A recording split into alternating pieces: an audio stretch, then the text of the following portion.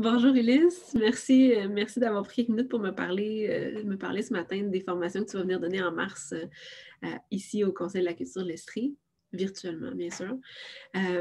J'ai envie de te faire te présenter aux gens, puis je voulais préfacer en disant que pour moi, c'est toujours un plaisir de trouver des formateurs, formatrices qui se spécialisent non pas juste dans le web, les communications, le marketing, mais qui ont vraiment adopté l'angle culturel, puis que c'est leur sujet qui les intéresse le plus, puis qui donnent une direction à leur pratique, puis à leur offre de formation.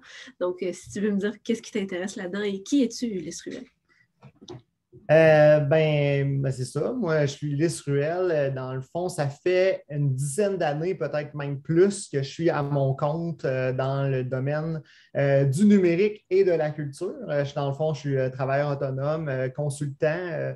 Je me spécialise, tu le disais, dans la promotion numérique, aussi la création de contenu pour le web, donc des podcasts, de la diffusion en direct sur Facebook, de la création vidéo, tout ça. Voilà, donc ça fait c'est ça, une grosse dizaine d'années que je suis dans ce milieu-là. Avant, j'ai travaillé pour une maison de disques, pour un organisme en art visuel, toujours en numérique, en appui, tout ça. Puis je suis entré dans ce milieu-là un peu en même temps que les artistes commençaient à s'approprier Facebook. Fait que moi, j'ai un peu fait mon chemin là-dedans aussi et tout ça. J'ai réussi, en fait, à mon plus grand bonheur, à me spécialiser en culture, à n'avoir que des clients et des projets culturels. Pourquoi? Parce que, en fait, ce que je dis souvent, c'est que c'est le seul. En fait, c'est le seul milieu que je comprends, on dirait. J'ai essayé, j'ai tenté ma chance dans des projets plus corporatifs, disons-le comme ça. Puis on dirait que c'est bon, on ne se comprend pas. En tout cas, j'ai toujours baigné dans le milieu culturel, dans le milieu musical, dans le milieu des arts visuels aussi. Donc, voilà. Donc, je suis bien content d'avoir un créneau très spécialisé que je connais aussi. J'ai étudié moi-même en art visuel un petit peu.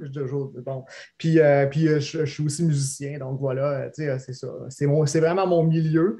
Puis le numérique, c'est mon expertise. Fait que ça fait une dizaine d'années que je combine les deux en termes de création de contenu, promotion, publicité, mais aussi formation depuis quelques années là, maintenant. Mm-hmm.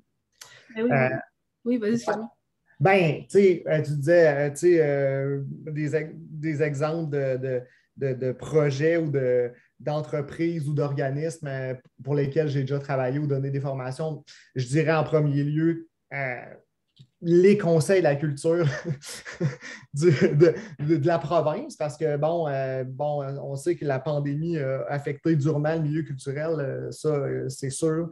Mais pour le numérique, il y a certains avantages, je veux pas. C'est-à-dire que j'ai pu donner des formations à travers tout le Québec durant les 2 dernières années, bien assis dans cette humble chaise de bureau à partir de la ville de Québec où j'habite. Puis aussi, je dirais que puis ça, je pense qu'il faut prendre la balle au bon, puis c'est un peu l'objet de la formation des formations qu'on va avoir ensemble, là, de dire, de profiter, je dirais, de ce moment-là, puis de l'espèce d'accélération numérique que ça impose là, pour le malheur ou le bonheur de certains, d'embrasser ce moment-là pour justement se former, pour faire des expérimentations, pour oser innover, faire des nouvelles choses. Donc, j'espère que je vais aider un peu à ça là, avec les formations. Mm-hmm. Tout à fait. Ben, en fait, justement, tu es venu, c'était au printemps dernier, je crois, donner la formation sur les podcasts. C'était cet automne. C'était cet automne. Ouais. Là, je t'ai réinvité parce que les gens avaient beaucoup apprécié ta formation. Puis aussi, effectivement, tu t'apparais dans les programmations de tous les autres conseils aussi. Donc, je t'avais spoté, comme on dit, dans la programmation des autres régions. Puis j'ai fait, OK, j'ai de la demande pour ce type de formation-là, on va l'inviter. Ça a été un succès à l'automne. Donc, je te réinvite cet hiver pour 2 formations. Développer sa présence sur YouTube et comprendre et maîtriser Patreon. D'abord, pour parler de YouTube, je me demandais à quel type d'artiste, quel type de travailleur, travailleuse culturelle et pourquoi tu recommanderais de considérer YouTube comme étant une des tentacules de notre carrière artistique, mettons. Ben, il faut bien comprendre qu'aujourd'hui, YouTube, c'est le deuxième engin de recherche le plus populaire sur Internet après Google. Donc, oui, YouTube, c'est un engin de recherche. Donc, les gens vont directement sur YouTube pour avoir réponse à leurs questions, pour être divertis, pour comprendre, pour être éduqués, pour être, bon, pour toutes sortes de raisons. Bon, ben, j'ai dit deuxième engin de recherche plus populaire après Google. Il faut savoir aussi que YouTube appartient à Google. Donc, quand on est sur YouTube, ben, on bonifie notre référencement aussi sur Google parce que les deux cohabitent, les deux algorithmes se parlent régulièrement, je dirais. Donc, c'est avantageux pour ça. Aussi, ben, justement, puis aussi, tu sais, souvent, on pense, on dit, bon, la vidéo sur demande, la vidéo sur Internet, c'est de plus en plus populaire. Puis quand on dit ça, on pense à Netflix, on pense à Disney+, on pense à tous ces services-là. Mais en fait, le premier diffuseur de contenu vidéo sur Internet, c'est YouTube. C'est pas Disney+, c'est pas Netflix, c'est YouTube. Puis de plus en plus, je dirais. Puis l'avantage, ben, en fait, l'affaire qui est le fun avec YouTube, c'est qu'on peut soi-même y être présent. On ne peut pas avoir sa propre série sur Disney+. Peut-être que certains d'entre vous pourront un jour, mais on peut faire son chemin, tirer son épingle du jeu de cette plateforme-là. Donc, un point très important aussi à comprendre, c'est que YouTube, oui, c'est un diffuseur de contenu très populaire, presque une nouvelle télé, en fait, là, puis sur laquelle on peut être présent. C'est un engin de recherche. C'est aussi un réseau social. Puis je pense que c'est ça qu'on va être amené à comprendre à travers la formation, entre autres, c'est qu'il faut voir si on veut en tirer le plus avantage possible comme créateur de contenu, tout ça, comme quelqu'un qui veut être présent sur Internet, ben, c'est que c'est pas YouTube, il ne faut pas le voir comme un entrepôt de vidéos, une place où on va stocker nos vidéos, il faut le voir comme une plateforme de diffusion, un peu comme justement les autres plateformes comme Facebook, Instagram, etc. Donc, c'est une plateforme où on est présent, où on crée du contenu de façon régulière. Puis c'est comme ça. Puis tu disais, tu sais, ça s'adresse à qui? Ben, ça s'adresse un peu à en fait, si on s'intéresse comme créateur ou comme organisme au contenu vidéo, au format vidéo pour soit passer son message, diffuser ses créations, faire aussi du contenu instructif, informatif. C'est très populaire aussi sur la plateforme. Mais si la vidéo nous intéresse comme moyen de communication, puis j'ai un petit cue pour vous, c'est pas mal le moyen de communication le plus efficace et populaire sur Internet. Donc, voilà. Ben, c'est YouTube, la destination principale à considérer pour diffuser ces trucs-là de façon vidéo. Donc, ça s'adresse à tout le monde qui est intéressé à utiliser la vidéo comme moyen d'expression et de communication. Puis, ce qui est le fun aussi, c'est qu'au Québec, en ce moment, je dirais que l'espace est à prendre. C'est-à-dire que c'est pour ça que j'ai développé, entre autres, cette formation-là. C'est parce que je trouve que, tu sais, c'est ça, c'est une plateforme qui a beaucoup, beaucoup, beaucoup de contenu. C'est une plateforme que certaines personnes considèrent comme saturée, c'est-à-dire qu'il y a presque trop d'informations sur YouTube.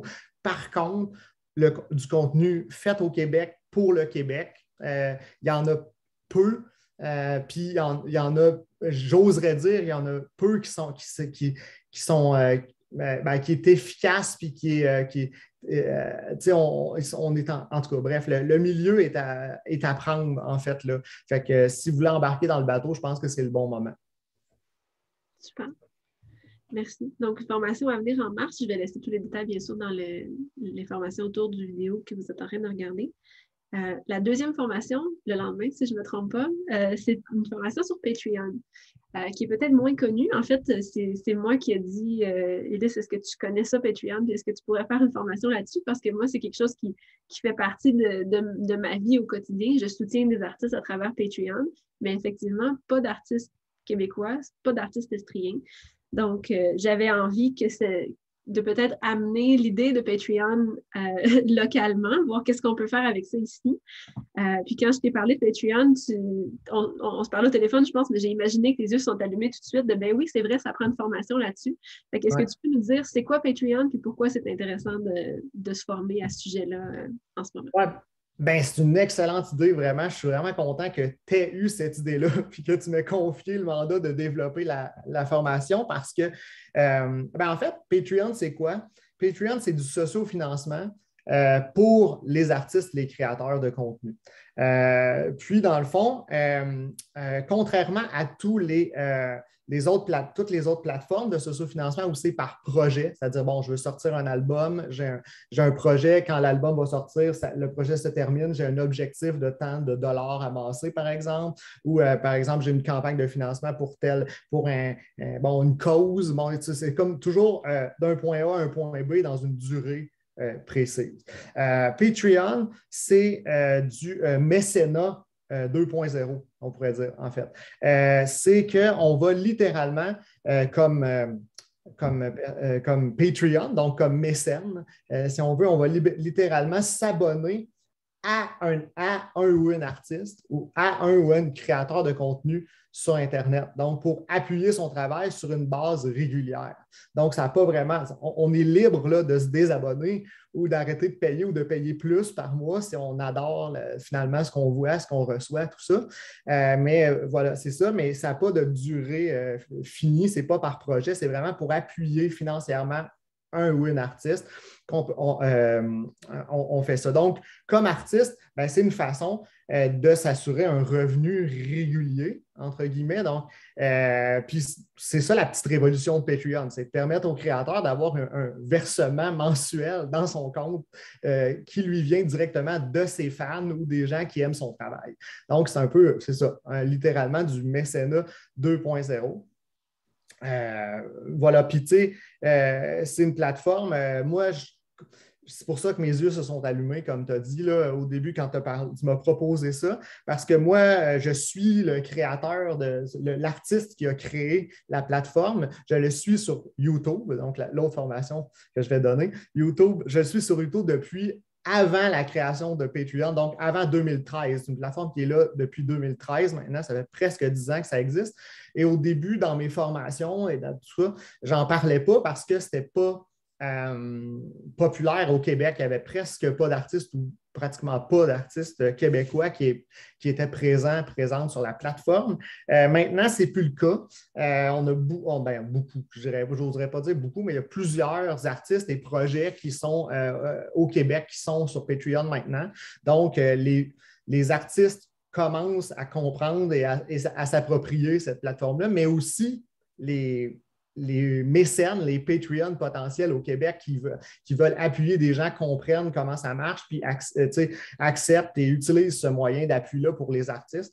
Fait que c'est pertinent d'en parler et aussi d'embarquer dans le bateau comme créateur si ça nous intéresse. Fait que voilà. Dans la formation, on va voir vraiment c'est quoi, justement, cette plateforme-là, comment se créer un compte, et puis comment aussi, parce que, tu sais, c'est ça, on s'embarque dans quelque chose, tu sais, c'est comme si on s'engageait à produire du contenu, à proposer du contenu de façon régulière à des gens qui nous appuient. Donc, il faut avoir un plan, il faut savoir où on s'en va, bien planifier tout ça. Donc, on va faire une introduction à ça là, pendant la formation pour voir si c'est quelque chose qui peut correspondre à votre réalité d'artiste. Il faut comprendre que ce contenu-là pour lequel les gens s'abonnent et nous appuient, c'est du contenu numérique par définition. C'est-à-dire les gens vont souvent nous appuyer. Par exemple, on va produire le format le plus populaire en ce moment au Québec. C'est des podcasts, des balados-diffusions qui sont monétisés par une page Patreon, par un profil Patreon. Ça n'empêche pas d'avoir d'autres types de contenus. Il y a beaucoup de musiciens au Québec maintenant qui expérimentent avec Patreon. Il y a des artistes en art visuel, des illustrateurs qui sont présents aussi sur Patreon. Donc, il faut proposer de façon régulière un contenu numérique qui est échangeable contre un abonnement ou ou là, espèce de contenu un peu comme du sociofinancement plus classique, c'est-à-dire des bonus, là, des rencontres avec nos fans qui sont les plus impliqués, avec des trucs exclusifs, etc. Donc, ça demande un peu de créer ces espèces de rétribution-là ou d'avantages à l'abonnement-là. Ça prend un plan, tout ça, fait qu'on va tout voir ça ensemble là, dans la formation. Super. Je pense que je vais venir écouter comme une petite souris au fond de la salle virtuelle parce que c'est un sujet qui m'intéresse beaucoup parce qu'un Patreon qui fonctionne, c'est comme le rêve d'un artiste ou d'une artiste, j'ai l'impression, là, parce que ceux que je vois qui fonctionnent le mieux, c'est que c'est pas je fais mes choses, puis il faut que je fasse une petite croquette là, pour mes gens de Patreon. C'est non, les gens de Patreon deviennent ton espèce de communauté serrée autour de ce que tu produis, les premières personnes à qui tu montres tes choses. Puis il y a un enthousiasme à une communauté Patreon que j'ai rarement vu ailleurs dans d'autres, surtout sur le web où est-ce qu'on a l'impression que les choses sont moins personnelles, ça crée comme une communauté plus serrée, justement, puis plus disons, proche de notre création. Donc, j'ai très hâte de voir qu'est-ce que tu vas nous en dire, puis aussi qu'est-ce que ça va réveiller peut-être chez les gens qui vont participer à la formation. Ben, je te remercie beaucoup, Ulysse. À moins que tu aies quelque chose à ajouter, je finis en invitant les gens à nos formations en mars. Ben, au plaisir de vous voir. Puis tu sais, les deux formations sont complémentaires hein, parce que Patreon, le contenu numérique qui est proposé là-dessus, c'est pas obligé d'être du contenu YouTube, mais le premier contenu et le contenu le plus populaire, c'est du contenu vidéo qui nous vient des fois de YouTube, en fait, puis qui est monétisé à l'aide de Patreon. Donc, c'est une suite logique dans tout ça. Donc, je vous invite aussi à suivre le parcours avec les deux formations si vous voulez. Super. Merci beaucoup, Ulysse. À bientôt.